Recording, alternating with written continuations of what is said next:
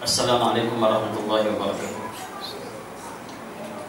Alhamdulillahi rabbil alamin, wassalatu wassalamu ala asyrafil anbiya'i wal mursalin wa ala alihi wa ashabihi ajma'in. Rabbi shrah li sadri wa yassir li amri wahlul 'uqdatam min lisani yafqahu qawli. Subhanaka la 'ilma lana illa ma 'allamtana innaka antal alimul hakim. La hawla wa la quwwata illa billahil aliyyil azim. La hawla wa la quwwata illa billahil aliyyil azim. La hawla wa la quwwata illa billahil aliyyil azim. Alhamdulillah, syukur kepada Allah Subhanahu wa taala kerana dapat lagi bertemu pada malam ini dalam siri kuliah Maghrib yang saya ingat saya agak lambat lah. Tidak bersama dengan tuan-tuan dan puan-puan sekalian. InsyaAllah mudah-mudahan usaha kita ini yang kita lakukan berada dalam majlis ilmu sekejap antara maghrib dengan isyak sekitar 40 minit. Mudah-mudahan usaha yang sedikit ini, tak banyak pun sebenarnya, sekejap saja. Kalau sedih tenaga tu berapa kalori ya? Orang tajam tak sikit saja kita gunakan. Dan usaha yang sedikit ini mudah-mudahan dipandang besar oleh Allah Subhanahu wa taala. Kerana sememangnya apabila kita berada dalam majlis ilmu, sebenarnya kita berada dalam satu majlis yang sangat mulia. Jadi dinyatakan oleh Allah, oleh Rasulullah sallallahu alaihi wasallam dalam sebuah hadis yang telah kita baca, Nabi sallallahu alaihi wasallam menyatakan, man salaka tariqan yaltamisu fihi 'ilma sahhalallahu lahu bihi tariqan ila jannah. Barang siapa yang melalui satu jalan dalam menuntut ilmu, maka Allah Subhanahu wa taala akan mudahkan jalannya ke syurga. Mudah-mudahan usaha kita sedikit pada malam ini akan menyebabkan, menjadikan ianya sebab-sebab untuk kita masuk syurga Allah Subhanahu wa taala. Kerana itulah tempat tujuan kita dan itulah matlamat hidup kita. Kerana syurga itu adalah tempat tinggal yang abadi dan itulah segala nikmat yang sebenar-benar nikmat yang Allah Subhanahu wa taala kurniakan kepada hamba ini. Dan Nabi sallallahu alaihi wasallam bersabda dalam hadis yang sama yang lepas daripada itu, Nabi sallallahu alaihi wasallam bersabda, wa majtama'a qaumun fi baitin min buyutillah yatluna kitaballah wa yatadarasunahu bainahum illa nazalat alaihimus sakinah wa ghasyiyatuhumur rahmah wa hafathumul malaikah wa zakarahumullah fi man 'indahu. Nabi sallallahu alaihi wasallam menyatakan, tidaklah satu kaum itu berkumpul di rumah, satu rumah daripada rumah-rumah Allah Subhanahu wa taala. Hari ini kita berhimpun di salah satu rumah-rumah Allah Subhanahu wa taala. Masjid, surau di rumah Allah. Bukan hak sesiapa. Itu kelebihan kita. Kita pergilah mana-mana sebenarnya, selagi mana di bumi Allah dan juga ada masjid, kita jangan bimbanglah, kita masuklah. Selagi mana kita awak Islam, kita pergilah. Sama ada di negara Islam ke ataupun negara bukan Islam ke, insya-Allah kita pergi. Itu adalah kita akan rasa kita berada di tempat kita. Kita akan berada di tempat kita. Kita masuk akan rasa aman walaupun kita tidak berada di dalam negara kita sendiri. Itulah hebatnya rumah Allah Subhanahu wa taala. Itulah hebatnya kita orang Islam. Bila kita pergi mana-mana pun, kita akan dapat tempat yang insya-Allah teruk macam mana pun sebenarnya kita akan ada tempat kita berlindung insya-Allah, kan, di rumah-rumah Allah. Walaupun tempat tu kadang-kadang kita rasa mungkin ada sebagai tempat masjid dikunci, kunci masjid kan. Tapi insya-Allah lah, mana pada tidak pun ada di serambi masjid tu boleh kita duduk untuk kita tumpang berteduh. Dan Nabi kata tidaklah berhimpun di mana-mana hamba Allah, di mana-mana rumah daripada rumah Allah Subhanahu wa taala. Dia buat apa? Yatluna kitab Allah, membaca kitab-kitab Allah Subhanahu wa taala, wa yatadarasuna fi ma bainahum, atau yatadarasunahu bainahum, mempelajari kitab Allah itu sesama mereka, belajar kitab Allah Subhanahu wa taala, belajar tentang agama Allah Subhanahu wa taala. illa nazarat alaihimul malaikah, kecuali turun kepada mereka pada malaikat. Ini hadis sahih diriwayatkan oleh Bukhari, dan menyatakan bahawa turun dalam majlis-majlis ilmu, majlis-majlis zikir itu malaikat bersama dengan kita. Dan malaikat turun walaupun kita tak nampak, ada bersama kita. Hakikatnya ada bersama kita, dan memang lebih baik kita tak nampak. Kalau nampak tu masalah. Dan kalau ada orang nampak alam ghaib, dia ada masalah lah orang tu. Orang dia nampak, dia ada masalah sebenarnya bila dia nampak alam ghaib. Dia tak biasa. Kerana kebiasaannya, fitrahnya Allah SWT tak bagi orang biasa melihat alam-alam ghaib. Kerana itu adalah alam yang lain daripada alam kita. Wa hafathumul malaikah wa wasyadhum illa nazalat alaihimus sakinah. Allah turunkan pada yang ketenteraman dan ditutupi dengan rahmat, dan dihadiri oleh para malaikat, dan Allah SWT sebut mereka itu di kalangan di sisinya. Mana orang ini dekat dengan Allah SWT. Jadi itulah antara mudah-mudahan kita duduk dalam majlis-majlis ilmu ini, Allah SWT mudahkan kita untuk jadi orang baik. Kerana Nabi SAW bersabda, "Man yuridillahu bihi khaira yufaqihu fid din." Barang siapa yang Allah nak berikan kebaikan kepadanya, nak jadi dia orang baik, yufaqihu fid din, Allah akan berikan kepadanya kefahaman tentang agama. Jadi inilah usaha-usaha kita untuk kita faham agama. Kita faham agama, dan mudah-mudahan dengan kefahaman kita tentang agama itu akan menyebabkan kita buat amalan itu betul. Sebab syarat untuk buat amalan betul itu ialah kena faham dulu. Kena faham. Sebab kalau tak faham, kita bimbang kita buat amalan tak betul.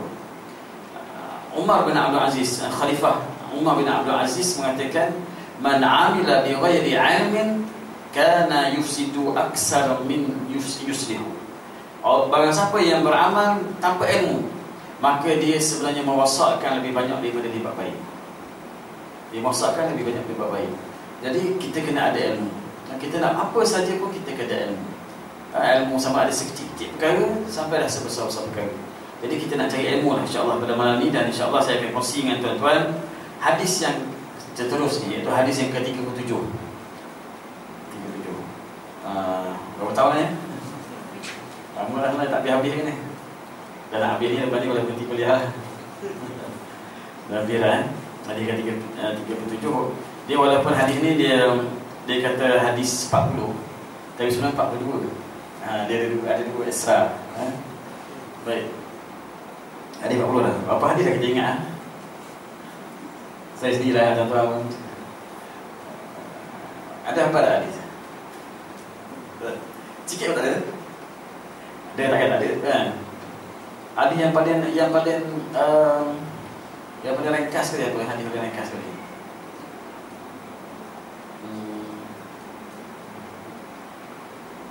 La taghdab. La taghdab, dia kata jangan marah. La taghdab. Itu antara hadis yang ringkas lah. Dia banyak hadis yang panjang. Hadis yang biasa orang hafal ialah innamal a'malu binniyat. Sesungguhnya amalan itu, setiap amalan itu dengan niat. Cuma hadis itu ada masalah faham. Orang jalan sesat kata amalan itu cukup sekadar niat sahaja. Jadi tak payah buat amalan, niat pun cukup lah. Sedangkan hadis itu maksud dia setiap amalan itu dikira berdasarkan niat dia. Dikira berdasarkan niat. Tapi orang Melayu pun ada masalah dia hadis ni. Dia tak ajar sesat pun. Ajaran yang tak sesat tapi tak apa nak apa ni? Bukan tak betul, kurang tepat. Yang mana hadis itu sepatutnya dibincangkan di sudut keikhlasan. Dibincang ikhlas. Innamal a'malu binniyat itu ialah dibincang di sudut ikhlas seseorang. Tapi kita banyak bincang di sudut macam mana nak berniat. Itu masalah. Kan? Kita orang Melayu ni masalah macam mana niat tu masalah. Jadi satu masalah pula. Kan? Macam saya pernah mengimamkan solat jenazah. Solat jenazah, jenazah tu tak pasti. Jadi break sikit lah, dua ke kan? Jadi ustaz nak ajar niat sebab dia lain sikit. Kena. Kena ada niat dulu. Dan ada juga saya pernah jumpa orang yang dia tak semayang sunat-sunat tertentu sebab tak pandai niat. Tak semayang sebab itu kerana tak pandai niat. Jadi niat itu jadi masalah besar. Sedangkan niat itu tak ada masalah sebenarnya. Niat tak ada masalah. Niat itu adalah hati. Niat adalah amalan hati. Kan? Amalan hati. Yang jadi masalah bagi kita ialah apabila kita menyusun kata-kata dalam hati, itu masalahnya. Niat itu kita alihkan dengan menyusun kata-kata dalam hati. Dan sahaja aku semayang fardu maghrib 3 rakaat mengikut imam fardu kerana Allah Ta'ala. Itu jadi payah kan? Kalau jamak kasar lagi payah kan? Jamak kasar lagi payah. Macam-macam dia lah. Macam-macam dia. Buat zakat, perlu apa ni? Tak perlu apa ni, kita lintasan hati sebenarnya. Lintasan hati. Dan apabila kita semayang, kita datang ke masjid ni, tuan-tuan, memang syaitan yang saya sebut biasa, Ibnu Jauzi dalam kitab Talbisul Iblis, sebuah kitab yang bagus, Talbisul Iblis. Maksud dia talbis ini ialah meragukan. Bagaimana iblis mengganggu kita, meragu-ragukan kita. Iblis meragu-ragukan kita, dia ada bincang bab niat. Dalam bab niat, memang sebenarnya Ibnu Jauzi kata pintu yang paling besar syaitan masuk ke manusia ialah pintu kejahilan. Itu pintu kejahilan. Apabila jahil, manusia syaitan akan mudah masuk ke dalam manusia. Jadi oleh kerana kalau kita jahil dalam bab niat, syaitan akan masuk dalam bab situ. Memang kadang-kadang syaitan masuk. Kita katalah nak sembahyang zuhur tu, kita terlintas sembahyang asar. Kita atas zuhur, okey, asar ataupun sembahyang isyak, terlintas sembahyang maghrib. Terlintas kita yang saya aku sembahyang maghrib, kita yang disebut, yang dikatakan kata-kata dalam hati tadi. Kita soal berkata, kita isyak berkata kita maghrib. Sebenarnya yang kata-kata tu bukan niat tu. Itu bukan niat. Sebenarnya kita memang nak sembahyang isyak lah. Kita sembahyang isyak sebenarnya. Niat kita sebenarnya nak sembahyang isyak. Ya, kita datang waktu isyak ni memang nak sembahyang isyak, bukan nak sembahyang maghrib. Ya, cuma kadang-kadang syaitan nak ganggu kita tu. Kita niat maghrib isyak tadi. Mula kita dah ragu, kita pun batalkan sembahyang kita.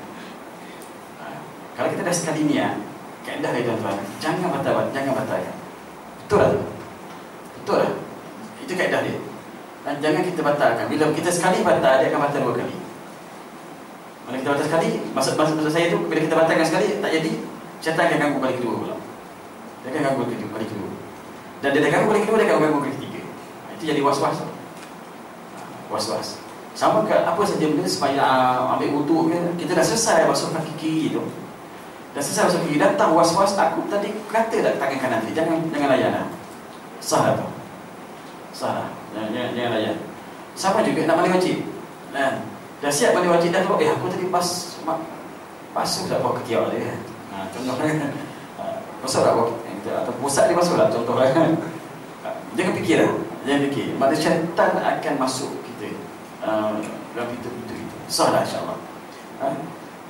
Kalau kita layan, dia akan bawa pada was-was. Dan saya sebut kali ini sebab memang was-was ni sebenarnya dia banyak mengganggu orang yang baik. Was-was ni banyak ganggu orang yang kuat iman. Macam kita ni tuan-tuan lah, tuan-tuan dan puan ni orang kuat iman sebenarnya. Sebab tu datang maghrib Jumaat ni. Orang yang biasa-biasa tak ganggu. Was-was ni jarang kena pada orang yang tak apa nak jaga sembahyang.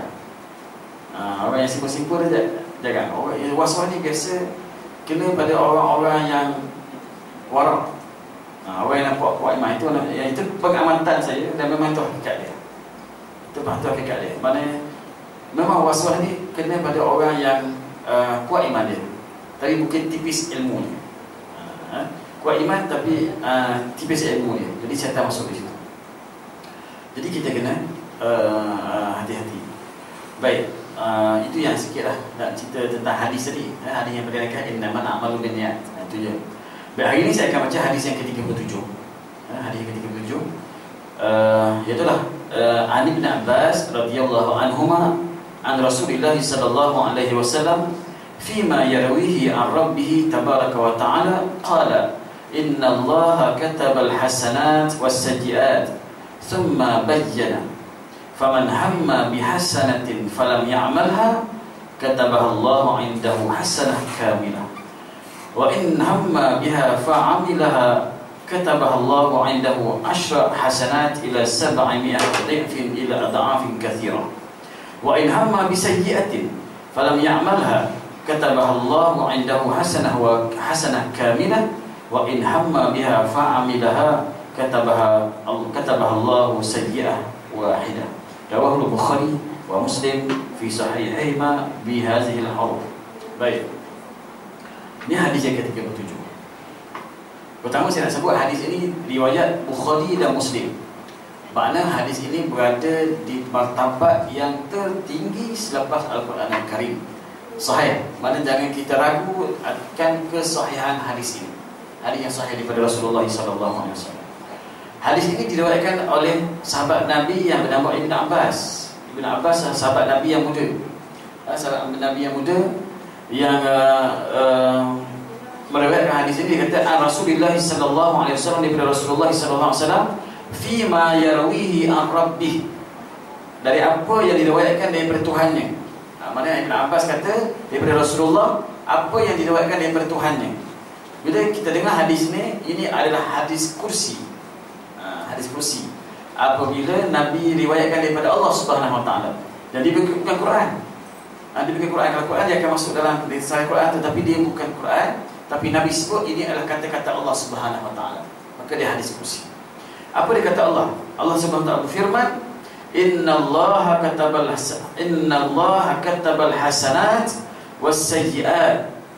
Sesungguhnya Allah Subhanahu Wa Taala mencatatkan kebaikan yang banyak dan kejahatan yang banyak. Al-hasanat was-sayyi'at. Mana Allah kata ya, benda-benda baik dan benda-benda buruk. Mana Allah tentukan benda ni baik, benda ni buruk maksud dia. Allah tentulah buat tolong orang, buat bermuka manis dengan orang, jangan sakitkan hati orang, tu benda baik. Kita fitnah orang, berjudi, berzina, minum arak, itu benda-benda tak baik. Itu ketentuan daripada Allah Subhanahu Wa Taala. Allah tetaplah. Dan ada hadis Nabi dalam bab ini, Nabi sebut al-halalul bayyinun wal haramu bayyinun. Nabi kata benda-benda halal itu dah jelas dan benda-benda haram itu dah jelas. Jelas sebenarnya. Tak timbul masalah benda ni kita tak tahu halal ataupun haram. Sepatutnya secara umumnya kebanyakan benda-benda baik kita dah tahu dia baik, benda jahat kita dah benda jahat. Dan Nabi SAW ada beri kaedah kepada kita dalam hadis yang pernah kita baca. Antara cara kita nak tahu benda tu jahat, antara ini ialah kita tak ada orang lain tahu tentang perkara itu. Kita buat benda tu, kita tak ada orang lain tahu benda itu, apa yang kita buat. Itu kaedah dia. Contoh, kalau kita pergi satu tempat tu tak ada orang tahu, tak baiklah benda. Tak baiklah. Contoh kita kalau orang lelaki ni buat satu benda tu tak ada isteri dia tahu, tak baiklah. Tapi ada yang benda baik tak ada isteri tahu kan. Dari secara umumnya, secara umumnya benda yang tak baik tu sebenarnya tak ada orang tahu. Tapi kalau kita tak kisah apa orang tahu, maknanya benda tu benda yang baik. Kecuali maksud saya kita nak orang tahu ni ialah maksud tak nak tahu benda tu menyebab kita saing. Tapi ada juga orang contoh dia bersedekah tak nak orang tahu. Itu tak masuk lah. Dia bersedekah dia kata tak nak orang tahu, dia suruh kan, itu lain. Ini perbuatan yang nak tahu. Kalau kita rasakan kita bersedekah, kalau orang tahu pun kita tak kisah. Cuma kita kalau boleh kita tak nak orang tahu. Tapi benda perbuatan yang tak baik ni kita tak nak orang tahu. Kalau tahu kita rasain benda tak baik. Kecuali ada beberapa perkara yang Nabi kata wa bainahuma umur mushtabihat. Ada antara dua perkara ada umur perkara mushtabihat yang tak jelas halal dan haram dia. Maka Nabi kata dalam bab ini faman ittaqa syubhat faqad istabra'a li dinihi wa 'irdihi. Bagi siapa yang melihara diri daripada melakukan perkara syubhat, dia telah melihara maruah dan agama dia. Baik. Jadi dalam hadis yang kita bacakan malam ini, Allah SWT berfirman, Allah dah tentukanlah benda baik, benda buruk. Okey. Kemudian Allah menyatakan kataballahu indahu hasanah kamil. Ada Allah berfirman, faman hamma bihasanatin falam ya'malha kataballahu indahu hasanah kamilah. Barang siapa yang bercita-cita, barang siapa yang nak, dia teringin nak buat benda baik, dia tak buat lagi, dia teringin dia nak sedekah, dia nampak ada orang orang susah, aku nak tolong ni, tak tolong lagi ni, baru niat je, baru niat nak tolong, ataupun dengar azan nak pergi surau ni, tak pergi lagi, baru nak pergi. Kataballahu indahu hasanah kamilah. Allah dah tulis dah kepadanya satu kebaikan yang sempurna. Maknanya dalam ketika tadi Allah dah beri pahala dah. Allah dah catatkanlah. Kita niat nak buat baik pun Allah dah catat dah, dia ni nak buat baik. Baik. Wa in hamma biha fa'amilaha kataballahu indahu 10 hasanat ila 700 dhifin ila ad'afin katsira.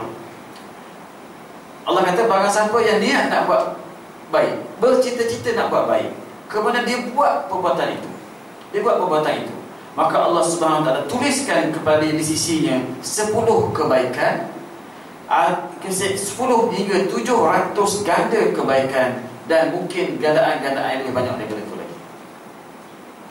Satu, niat buat baik, niat nak tolong orang, niat nak nak bersedekah, niat nak apa saja yang benda baik, Allah dah bagi kebaikan, dan bila kita buat Allah bagi gandakan 10 ganda sehingga 700 kali ganda, dan sehingga lebih lagi yang tak terkira oleh kita. Maknanya itulah hebatnya Allah Subhanahu Wa Taala. Allah rahmatnya Allah galakkan kita untuk buat baik. Dan sebaliknya, wa in hamma bisayyi'atin falam ya'malha. Barang siapa yang bercita-cita nak buat jahat, bercita nak buat benda tak baik, bercita-cita nak rosakkan orang, bercita-cita nak mencuri, ambil harta orang, bercita-cita nak apa saja benda yang tak baik, falam ya'malha, dia tak buat lagi benda tu, baru bercita-cita je. Kataballahu indahu hasanah kamilah, maka Allah tulis padanya satu kebaikan yang sempurna. Senang tak pada ni. Kita niat nak buat jahat, tak jadi buat jahat, Allah tuliskan kebaikan kepada kita. Maknanya, tapi bukan main-main lah, main-main saja nak dapatkan. Aku niat, kata niat. Niat ni maknanya niat yang sungguh-sungguh. Hamma ni sebenarnya benda yang sungguh-sungguh, benda yang memang kita nak buat sungguh. Ya, katakan aku nak buat ni, aku nak ambil rasuah tu contoh dia. Aku nak ambil rasuah, tapi tiba tak jadi. Tak jadi, maka Allah Subhanahu Wa Taala tuliskan kebaikan sebab kita tak jadi nak ambil rasuah itu. Wa in hamma biha fa'amilaha biha wa fa'amilaha. Barang siapa yang berazam, bercita-cita nak buat jahat, dan dia buat jahat tu, memang dia buat sebut, dia buat benda tu, kataballahu sayyi'atan wahidah, Allah tuliskan kepada yang satu kejahatan saja. Satu kejahatan. Allah tak gandakan kejahatan itu. Itulah rahmatnya Allah Subhanahu Wa Taala, sayangnya Allah Subhanahu Wa Taala kepada hamba-Nya. Sayang sangat Allah kepada kita. Mana kita nak buat baik ataupun tidak. Maknanya Allah, kita buat baik itu Allah ganda-gandakan dengan gandaan yang banyak, dan barang siapa yang buat jahat itu Allah balaskan dengan satu kejahatan sahaja. Dalam menghuraikan ataupun memuatkan hadis ini, banyak ayat-ayat yang lain. Antara ini firman Allah Subhanahu Wa Taala, man jaa bil hasanati falahu asyru amsalha. Barang siapa yang membawa satu kebaikan, baginya dibalas 10 kali ganda. 10 kali ganda. Macam mana cara Allah nak balas itu? Sebenarnya terpulang pada Allah Subhanahu Wa Taala. Kadang-kadang Allah balas di akhirat, yang pastinya Allah balas di akhirat, dan kadang-kadang di dunia ni Allah dah balas. Di dunia Allah dah balas. Kita jangan bimbang. Dan cara Allah balas tu macam-macam. Dan Allah Subhanahu Wa Taala, antaranya Allah Subhanahu Wa Taala menjanjikan dalam ayat yang berkaitan dengan infak. Allah kata, ma anfaqtum min syai'in fa innallaha yukhlifu. Apa saja yang kamu infakkan, Allah akan ganti. Itu janji Allah Subhanahu Wa Taala. Cuma kita nak yakin je. Masalah kita tak apa nak yakin. Masalah kita ialah kita tak apa nak yakin. Kalau kita yakin, percayalah bahawa apa saja yang kita infakkan, kita beri infak RM10, RM100, RM1000, banyak lagi kita berinfak, yakinlah Allah Subhanahu Wa Taala akan gantikan dengan gantian di sisi Allah Subhanahu Wa Taala. Sama ada dalam bentuk wang ringgit Allah bagikan, sama ada cepat ataupun lambat, ataupun dalam bentuk yang Allah Subhanahu Wa Taala selisihkan kita daripada menyebabkan kita kehilangan wang ringgit. Mana Allah selisihkan kita daripada perkara-perkara yang tak baik. Kita kadang kita tak nampak. Bila Allah sisihkan kita daripada benda yang tak baik, sebenarnya kita rasa syukur, tapi kita tak syukur sangat. Maknanya kita kena fikirkan, kalau kita terkena benda tu, sebenarnya kita akan rasa kita akan menghadapi musibah yang lebih besar daripada itu lagi.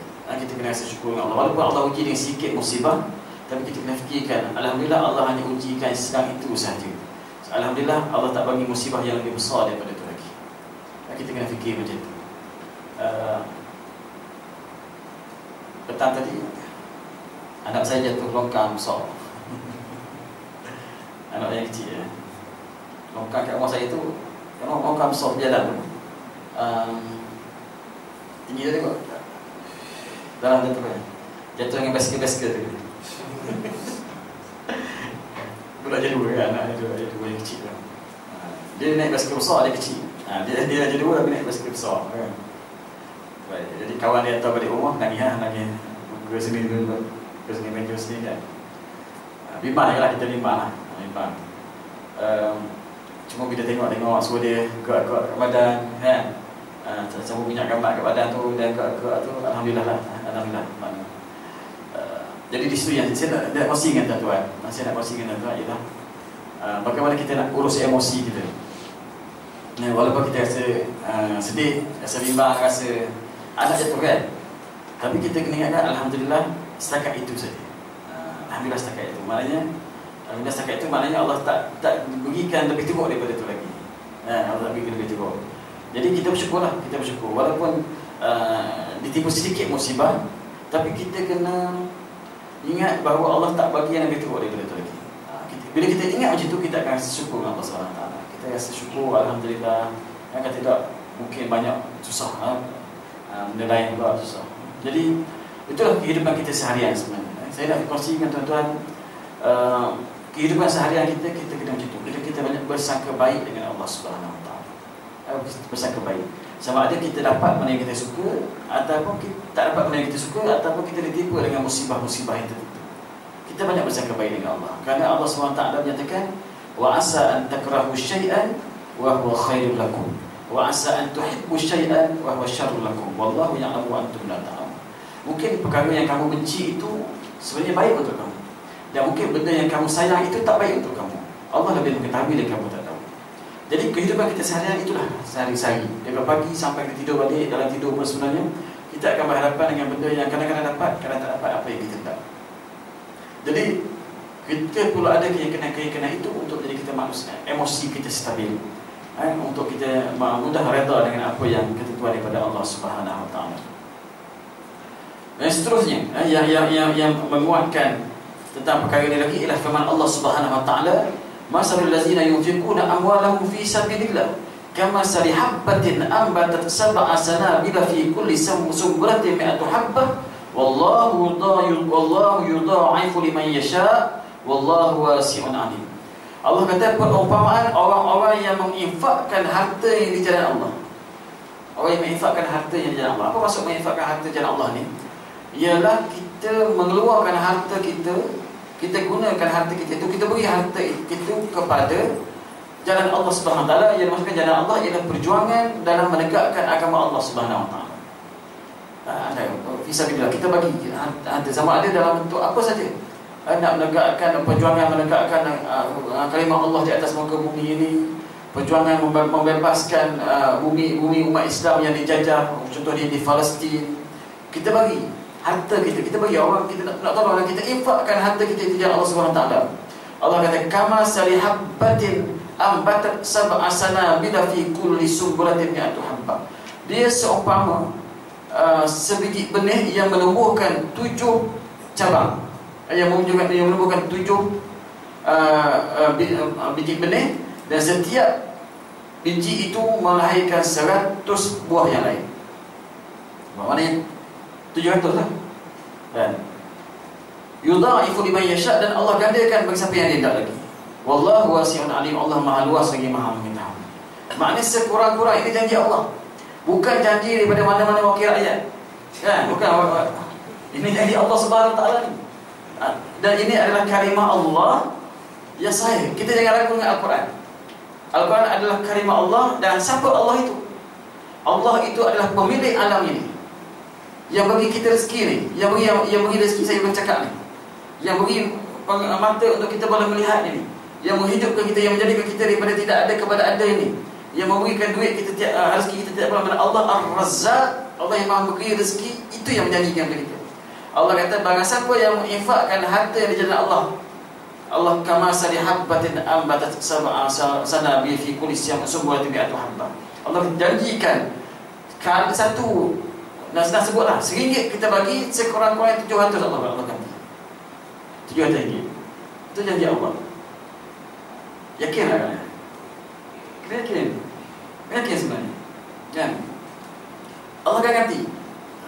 Cuma taklah nampak begitu RM1. Ada juga tu nak poket tau. Kan?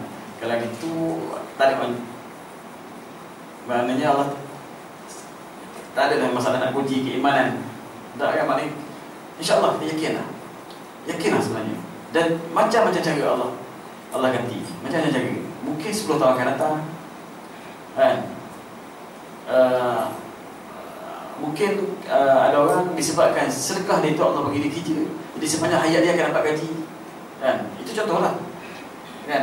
Dan mungkin Allah bagikan, Allah sembuhkan dia daripada penyakit, sisihkan dia daripada penyakit, diri dia sendiri, anak dia sendiri, isteri dia, mak ayah dia, kan? Macam-macam cara Allah gandakan rezeki itu. Yang penting kita kena yakin bahawa Allah SWT gantikan. Dan cuma dalam masalah gandaan ini, pengarang kita ini mengatakan, pada dasarnya kejahatan itu hanya dihitung satu. Ini bab jahat Allah. Pada dasarnya kejahatan itu dihitung satu, tetapi pembalasan terhadap perbuatan jahat itu boleh menjadi besar dengan sebab adanya kaitan dengan kemuliaan masa, tempat dan perilaku. Baik, tadi yang bab kebaikan. Ini nak bincang bab jahat Allah. Yang Nabi kata, yang Allah berdasarkan hadis kursi ini, niat buat jahat dapat satu, niat buat jahat tak dapat dosa, tapi buat jahat dapat satu dosa. Itu maksud bahasa yang mudah ni. Tetapi ada tapi juga. Dalam ada 3 situasi yang kemungkinan buat jahat itu akan ada ganaan dia, dosa dia, ada ganaan dia. Dia kata yang pertama ialah berdasarkan kemuliaan masa, tempat dan pelaku. Okey, yang pertama, apa maksud kemuliaan masa? Sesuatu kejahatan sangat besar pengharamannya di sisi Allah jika dilakukan pada bulan-bulan haram, kerana kemuliaan satu waktu tersebut di sisi Allah. Itu firman Allah Subhanahu wa taala, inna hazihi syuhur indallah isna asyara syahra fi kitabillah yawma khalaqas samawati wal ard minha arba'atun hurum zalika ad-dinul qayyim fala tazlimu fihinna anfusakum. Sesungguhnya bilangan bulan-bulan pada sisi Allah ialah 12 dalam ketetapan Allah. Mana bulan sisi Allah 12 bulan. Memang sisi Allah 12 bulan. Dia mencipta langit dan bumi, di antaranya 4 bulan haram. Ada 4 bulan haram. Itulah ketetapan agama yang lurus. Kerana itu janganlah kamu menyeksa diri dalam bulan yang 4 itu. Qatadah menyatakan, ketahuilah bahawa dosa kezaliman pada bulan haram adalah lebih besar jika dibandingkan dengan bulan-bulan yang lain. Meskipun pada dasarnya kezaliman itu tidak dilipat gandakan, tetapi Allah membesarkan apa sahaja yang perkara yang dikenakinya. Maknanya ada 4 bulan haram itu yang diharamkan berperang padanya. Diharamkan bunuh-bunuhan, diharamkan, maknanya tidak boleh dalam 4 bulan haram. Maka kalau buat salah pada masa itu, maka kesalahannya lebih daripada bulan-bulan biasa. Apa daripada haram? Ya.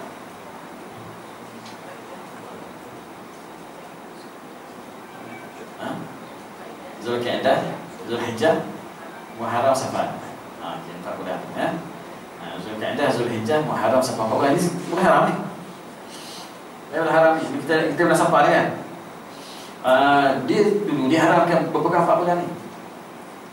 4 bulan ni diharamkan berpegang. Dan kalau buat pada bulan ini, dosa dia lebih besar daripada bulan-bulan yang lain. Okey, itu satu masa. Yang kedua ialah kesalahan yang dilakukan di tanah haram, tempat Mekah, dilipat gandakan kerana kemuliaan tempat tersebut. Firman Allah Subhanahu Wa Taala, al-hajj ashhurun ma'lumat, faman farada fihi al-hajj fala rafasa wala fusuqa wala jidala fil hajj. Musim haji adalah beberapa bulan yang dimaklumi. Barang siapa yang menetapkan niatnya pada bulan itu, maka akan mengerjakan haji, maka tidak boleh berkata kotor, berbuat fasik dan berbantah-bantah dalam masa dalam mengerjakan haji.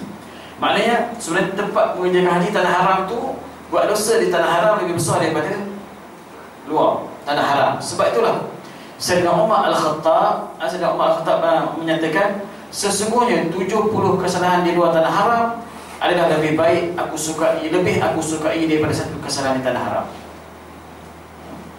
Sebab itu Sayyidina Umar sebenarnya, Sayyidina Umar kata, oleh itu para sahabat Rasulullah SAW dan para ulama salaf merasa takut untuk tinggal di tanah haram. Para sahabat dan ulama salaf takut nak tinggal di tanah haram. Sebab apa? Dia kata mereka khawatir akan melakukan dosa di tempat tersebut. Di antara mereka ialah Ibn Abbas, Abdullah bin Amr bin Al-As, Umar bin Abdul Aziz. Diriwayatkan Sayyidina Umar berkata, sesungguhnya 70 kesalahan di luar tanah haram adalah lebih aku sukai daripada satu kesalahan di tanah haram. Maknanya buat kesalahan di luar tanah haram buat kesalahan di tanah haram lebih besar dosanya daripada buat di luar tanah haram. Dan Mujahid menyatakan kesalahan di Mekah dilipat gandakan seperti mana kebaikan dilipat gandakan.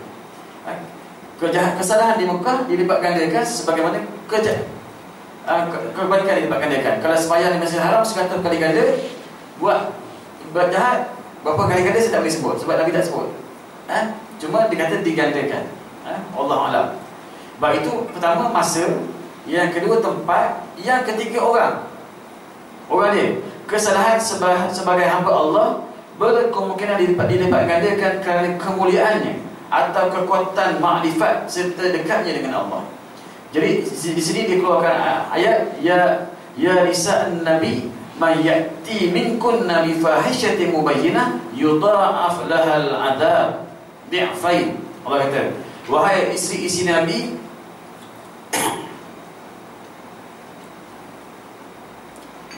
barang siapa di kalangan kamu yang melakukan satu perbuatan keji yang nyata, maka Allah akan gandakan azab sekarang dengan berganda-ganda.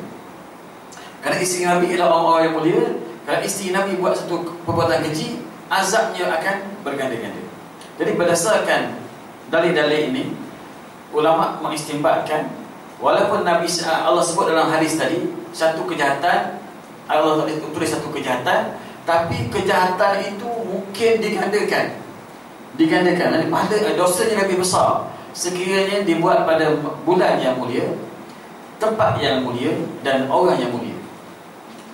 Maksud tempat yang mulia ni, mana kita kena lihat contoh, bulan puasa orang buat baik, jadi bulan puasa kita buat jahat, mana pahalanya lebih, dalam dosanya lebih besar, sebab kita tidak menghormati bulan puasa itu. Dan di tempat yang mulia, kita buat jahat di luar masjid dengan buat jahat dalam masjid. Sepatutnya kat dalam masjid tu berdosa lah.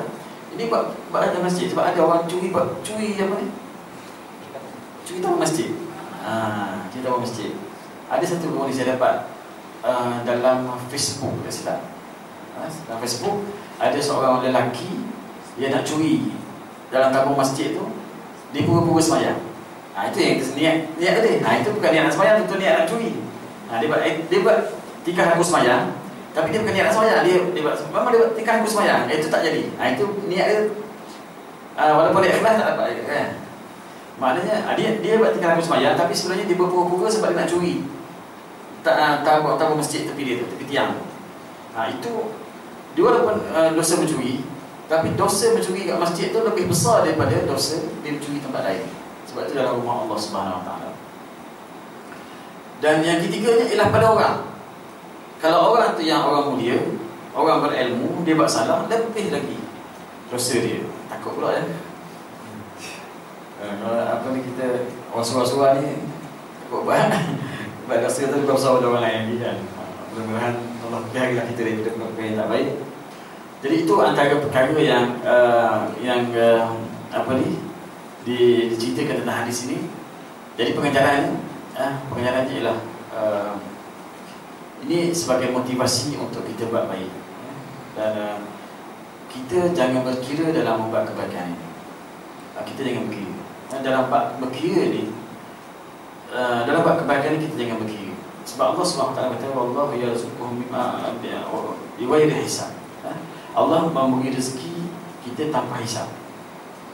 Maksud tanpa hisab ni maknanya Allah beri rezeki pada kita tak berkira.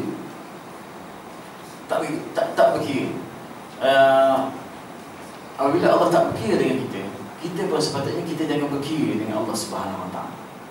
Maksud jangan berkira ni, kita jangan nak fikir sangatlah benda-benda yang kita infakkan. Kita yang fikir sangatlah. Maksudnya aku ni nak bagi contoh nak bagi duit ke mak lah kan. Bagi duit ke mak RM200, RM100. Itu biasa balik kampung bagi duit ke mak. 3 bulan tu kebetulan kerja belah kampung pula. Siapa kata belah-belah orang Pahang kan, kata saya orang Pahang kan. Selalu balik kampung sebulan sekali bagi mak duit. Tiba-tiba ada kerja belah Temenloh pula.